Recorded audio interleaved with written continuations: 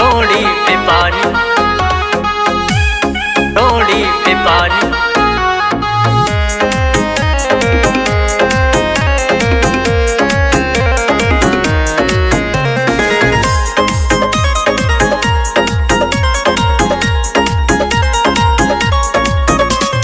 बलमा हो से जिया बड़ा गुदगुदावे, खन के लकंगना हो तो के बोलावे, खन के लकंगना हो तो के बोलावे। बलमा हो से जिया बड़ा गुदगुदावे, खन के लकंगना हो तो के बोलावे। मोरी चढ़ली जवानी उफान भरेले, राजा ढोड़ी में पानी हमारे अड़िले हो, राजा ढोड़ी में पानी हमारे अड़िले। डोली पे पानी, डोली पे पानी।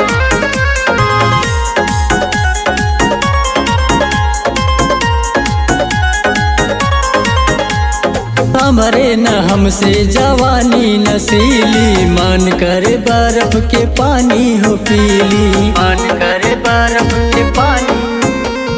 हमरे न हमसे जवानी नसीली, मन करे बर्फ के पानी हो पीली। दाबिल तकिया हिले न खटिया, दाबिल तकिया हिले न खटिया, बिरहा में सैया जी रोज जरिले। मोरी चढ़ली जवानी उफान भरिले, राजा चढ़ली जवानी उफान भरिले, राजा चढ़ली जवानी उफान भरिले। डोली पे पानी, डोली पे पानी।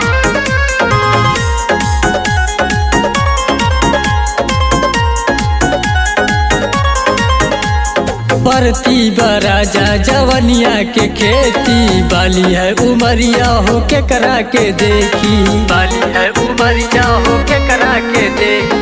परती बराजा जवनिया के खेती, बाली बा उमरिया हो के करा के देखी। लाज के ओढ़निया कहे सजनिया, लाज के ओढ़निया कहे सजनिया, प्यार की बतिया तू रोज करिले। मोरी चढ़ली जवानी उफान भरिले, राजा चढ़ली जवानी उफान भरिले, राजा चढ़ली जवानी उफान भरिले। डोली पे पानी, डोली पे पानी।